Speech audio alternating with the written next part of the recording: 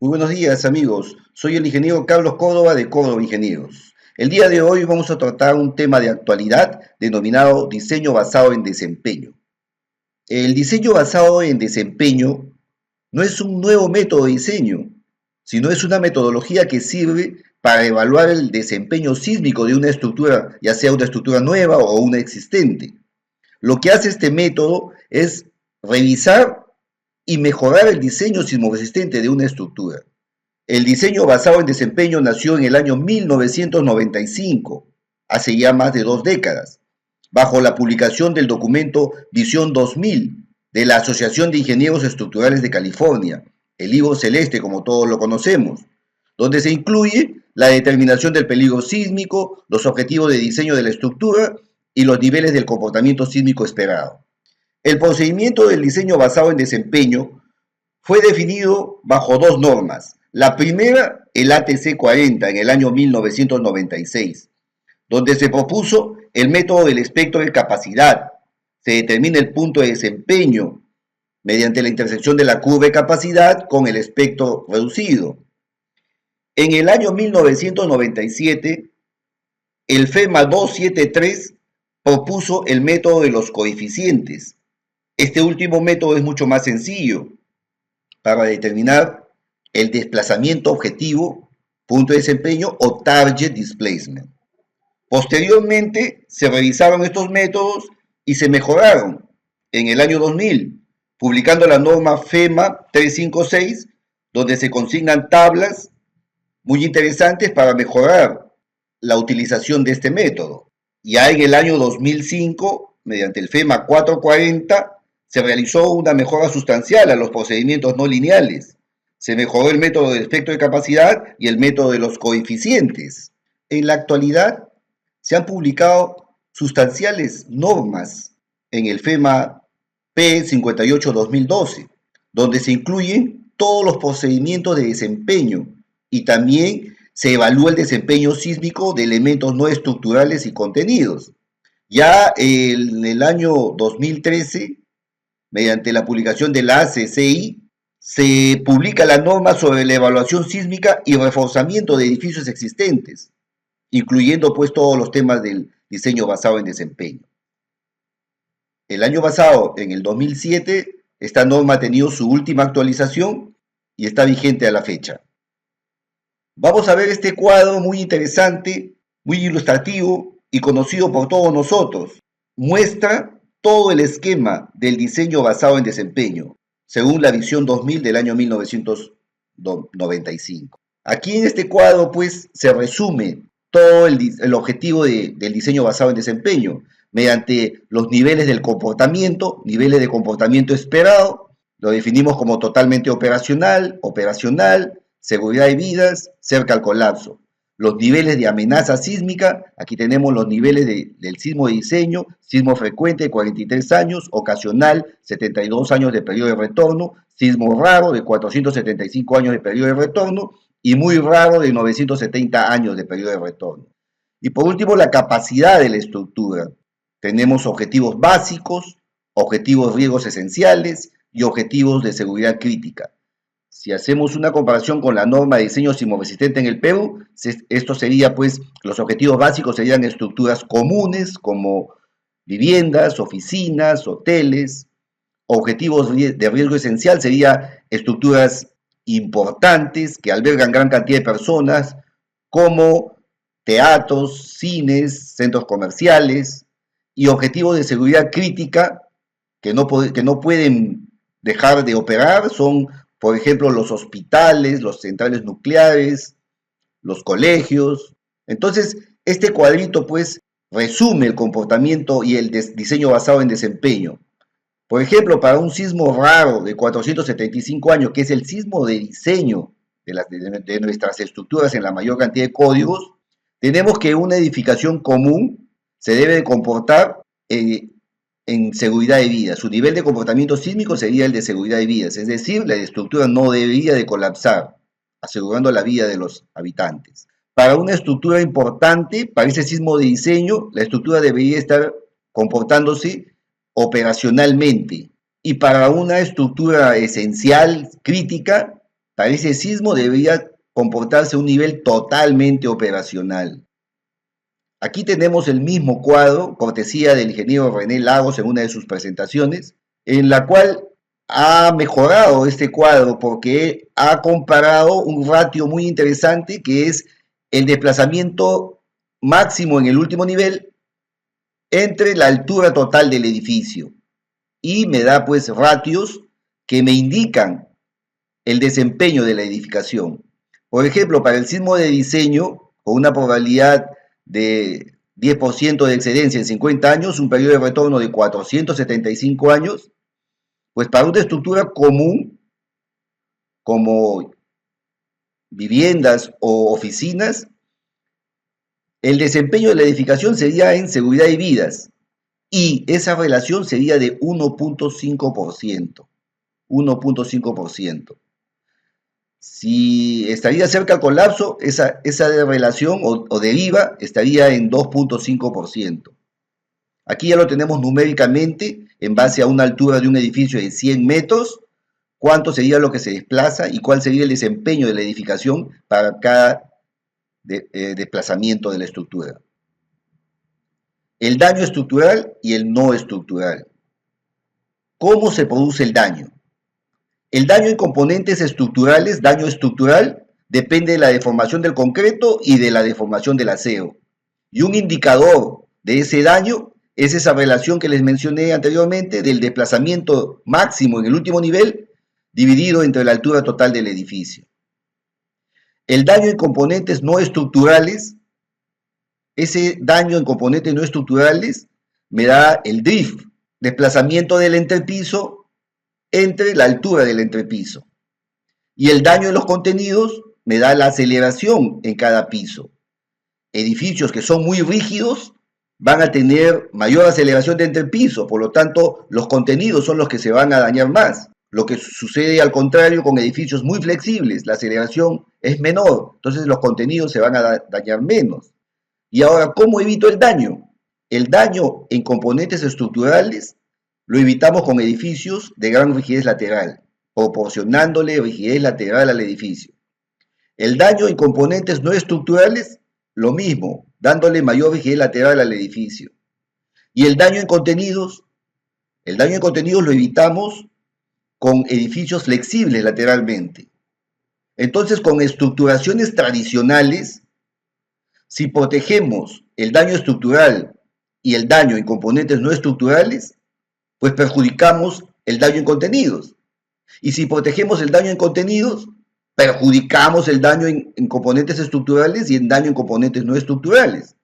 Entonces, la única manera de evitar simultáneamente los tres tipos de daño en estructuras es mediante el uso de sistemas de protección sísmica, como aislamiento basal o disipación de energía. Aquí podemos ver un cuadro estadístico muy ilustrativo, cortesía del ingeniero Eduardo Miranda de México, y nos describe el costo total de un edificio. Tenemos tres tipos de edificio, de oficinas, de hoteles y hospitales. Aquí el costo de la estructura está en color amarillo. El costo de una estructura de oficinas es el 18% del costo total del edificio. En un hotel, el 13% del costo total del edificio. Y en un hospital, el costo de la estructura solo representa el 8% del costo total del edificio. Mientras que, por ejemplo, en una oficina, el costo de los elementos no estructurales es el 62% y de los contenidos el 20%. Y en un hospital, el costo de los componentes no estructurales es el 48% y el contenido es 44%. Los hospitales pues tienen implementación de equipos muy costosos. Entonces, como pueden ver, más del 80% del costo total de un edificio se va en componentes no estructurales y en contenidos. Es por tal motivo que debemos de proteger estos componentes no estructurales y los contenidos. Ahora vamos a ver los niveles de amenaza sísmica. El Comité de Visión 2000 propuso estos niveles de amenaza sísmica: el sismo frecuente, el sismo ocasional, el sismo raro, el sismo muy raro. Y los intervalos de recurrencia, 43 años, 72 años, 475 años y 950 años. La probabilidad de excedencia, 50% en 30 años, 50% en 50 años, 10% en 50 años y 10% en 100 años. El FEMA 273, que es la que se parece a nuestra norma, tenemos pues sismos frecuentes, sismos ocasionales, raros y muy raros. Acá el sismo raro tiene un periodo de retorno de 2475. Nuestra norma técnica de edificación E030 relaciona pues los espectros mediante usos. Por ejemplo, para un uso igual a 1, quiere decir que el sismo severo de diseño con un periodo de retorno de 475 años. Y para pasar de este sismo severo a un sismo raro, tengo que multiplicar por 1.3. Y tendré yo un sismo con un periodo de retorno de 950 años.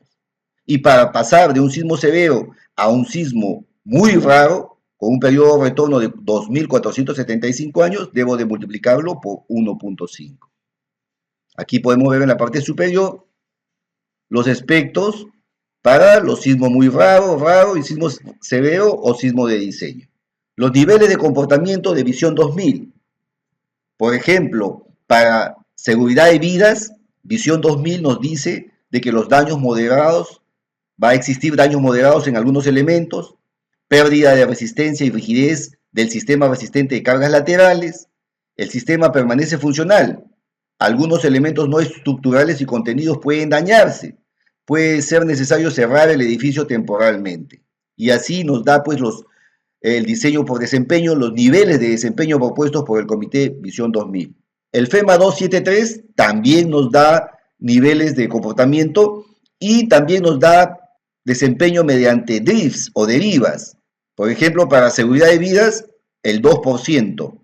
Ocupación inmediata, 1%. Y prevención al colapso, 4% de derivas. Esto es para pórticos de concreto.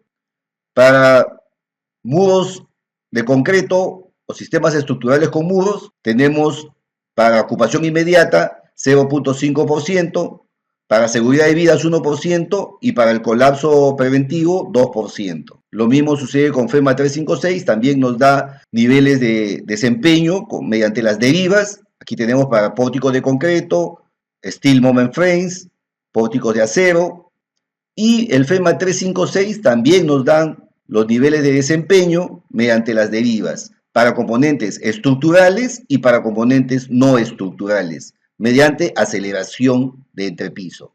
Vamos a ver ahora la capacidad de la estructura. Para determinar la capacidad de la estructura, primero tiene que la estructura ser diseñada. Entonces, hay dos métodos de diseño. El primero es el diseño basado en fuerzas, donde yo tengo una aceleración de la base, una aceleración, un espectro de aceleración, ZU, CS entre R por G, y ese espectro de aceleración lo multiplico por la masa y obtengo las fuerzas en cada entrepiso, que no deben de superar un desplazamiento permisible. Ese es el método diseño basado en fuerzas. Este método tiene serias deficiencias o limitaciones, digamos, ¿no? Porque todo lo trabaja en el rango elástico, lineal, cuando sabemos de que nuestros niveles de desempeño, por ejemplo, para seguridad de vidas, ya está en el rango inelástico. Entonces, el diseño basado en fuerzas considera la rigidez independiente de la resistencia. Si vemos este cuadrito de momento, estos gráficos momento-curvatura, el diseño basado en fuerzas asume que la capacidad del desplazamiento elástico es proporcional a la resistencia.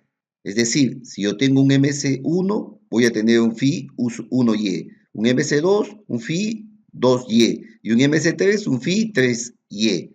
Quiere decir de que para cada curvatura de fluencia voy a tener una diferente resistencia. Y esa suposición de diseño es falsa, no es real. Lo real, comprobada por ensayos de laboratorio, y si ustedes mismos hacen un gráfico momento-curvatura y incrementan las varillas de acero a una columna de 8 varillas de 1 pulgada a 12 varillas de 1 pulgada a 16 varillas de 1 pulgada, van a obtener la misma curvatura de influencia, no importando cuál sea su resistencia. Quiere decir que la resistencia es menos importante que el desplazamiento. El diseño basado en fuerzas asume que la capacidad de desplazamiento elástico es proporcional a la resistencia, lo cual es falso. El otro método de diseño que conocemos es el diseño basado en desplazamientos.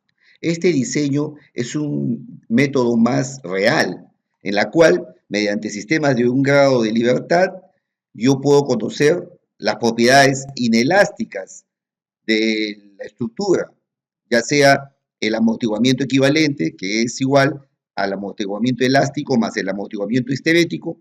Puedo conocer el periodo efectivo en el punto de desempeño y luego por conocer la rigidez efectiva. Yo me doy como dato este desplazamiento objetivo o target displacement. Yo me doy como dato. Conozco el periodo efectivo, conozco la rigidez efectiva y multiplicándolo por ese dato que yo me he dado al inicio, que es el desplazamiento objetivo, voy a conocer las fuerzas y con eso diseño la estructura.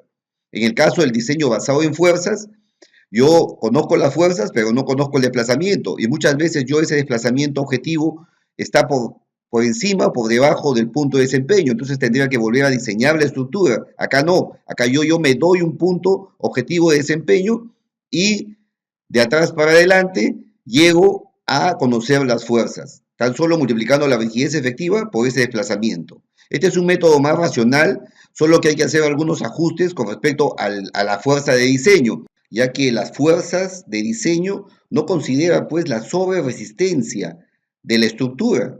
Entonces, si diseñamos con esa fuerza que nos obtenemos de multiplicar la rigidez efectiva por el desplazamiento objetivo, vamos a obtener una fuerza mucho mayor. Y si diseñamos con esa fuerza, pues prácticamente nuevamente vamos a volver a una estructura elástica. Entonces ahí tenemos que considerar, hacer algunos ajustes y considerar la sobreresistencia de las estructuras. Gran parte de la información la podemos tomar del libro muy didáctico, del libro de diseño basado en desplazamientos del profesor Priestley, que es muy didáctico, inclusive tiene un CD con un programa para calcular el diagrama momento-curvatura denominado Cumbia. Entonces, aquí hay que hacer unos ajustes, pero la metodología es muy interesante y más rápida que el diseño basado en fuerzas, que como les vuelvo a repetir, tiene muchas eficiencias. Respecto a la capacidad de la estructura, podemos conocerla a través del pushover, con una carga monotónica. Ya conocemos nosotros cuál es la metodología del pushover. Aquí tenemos el diagrama momento-curvatura, tenemos los puntos pivot o críticos, que es el agrietamiento, la fluencia, el desprendimiento del concreto y hasta la rotura.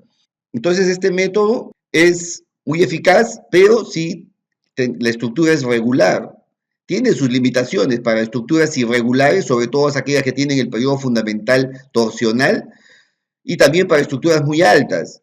Entonces hay que tener cuidado de utilizar el pushover ya que tiene algunas limitaciones. Podemos conocer también la capacidad de la estructura haciendo un análisis tiempo-historia, utilizando cargas cíclicas. Para eso tengo que buscar curvas de histéresis de ensayos de laboratorio. Una buena base de datos es el PEER, el Pacific Earthquake Engineering Research. Ahí tenemos una buena base de datos y esas curvas de histéresis vamos a calibrarlas con las curvas que vamos a utilizar para calibrar los elementos, el comportamiento inelástico de nuestros elementos estructurales. Tenemos que tener una base de 7 registros como mínimo para calcular el promedio de los registros, porque si calculamos con 3 registros sísmicos y calculamos la respuesta máxima, los valores son muy diferentes comparados al promedio de los 7 registros. Estos registros deben de ser escalados a un espectro de diseño y tienen que ser registros de sismos que tengan un PGA con más o menos grande, ¿no? No pueden ser un PGA tan chiquito, si no, no hay convergencia. Se hace el análisis dinámico incremental también para conocer la capacidad de la estructura, ¿no? Mediante los diversos registros, estos registros se van escalando a registros de sismos leves, medianos, moderados, sismos severos, varios registros y luego se calcula el promedio, ¿no? Y calculamos la respuesta de la estructura. Para modelar el comportamiento inelástico de los elementos hay diversos modos. La plasticidad concentrada es uno de ellos. El programa de TAPS tiene incorporado la plasticidad concentrada, o mejor dicho, rótulas plásticas. Tiene en su base de datos pues curvas momento-rotación de cada elemento estructural en base al momento de fluencia. Tenemos la plasticidad distribuida, que también lo tiene el ETABS para modelar muros de concreto, por ejemplo.